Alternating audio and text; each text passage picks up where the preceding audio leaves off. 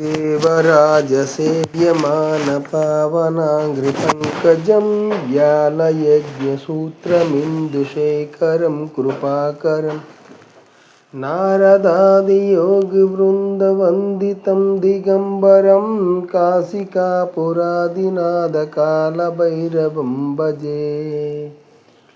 भानुकोटिभास्वरं भवाब्धितारकं परं नीलकण्ठमीप्सिताब्धदायकं त्रिलोचनं कालकालमम्बुजाक्षमक्षशूलमक्षरं काशिकापुरादिनाथकालभैरवं भजे।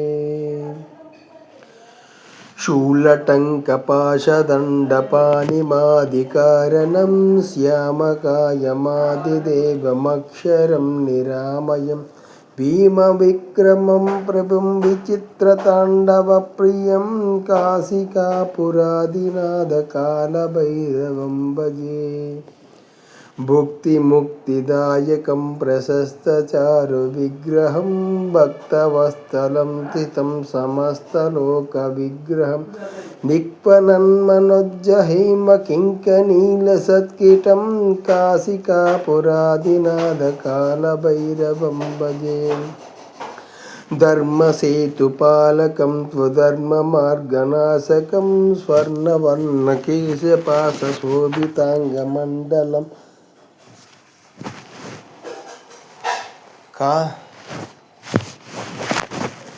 काशिकापुरादिनाथकालभैरवं भजे।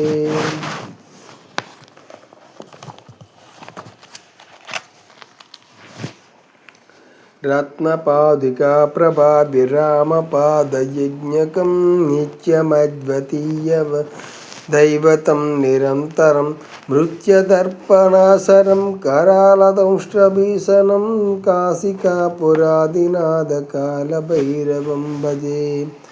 अट्टासभिन्नपद्मजाण्डकोशसन्ततिं दृष्टपातनष्टबालजालमुग्रनाशनम् अष्टसिद्धिदायकं कपालमालकाधरं काशिकापुरादिनाथकालभैरवं भजे।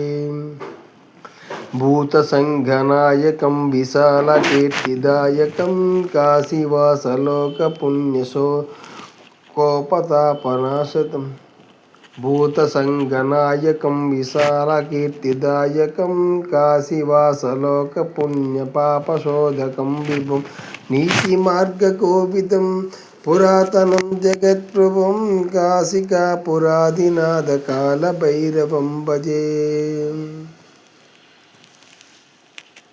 कालभैरवाष्टकं पठन्त ये मनोहरं ज्ञानमुक्तिसाधनं विचित्रताण्डवप्रियं शोकमोहदैन्यलोभकोपतापनाशनं ते प्रयान्ति कालभैरवाङ्घ्रिसन्निधं ध्रुवं ते प्रयान्ति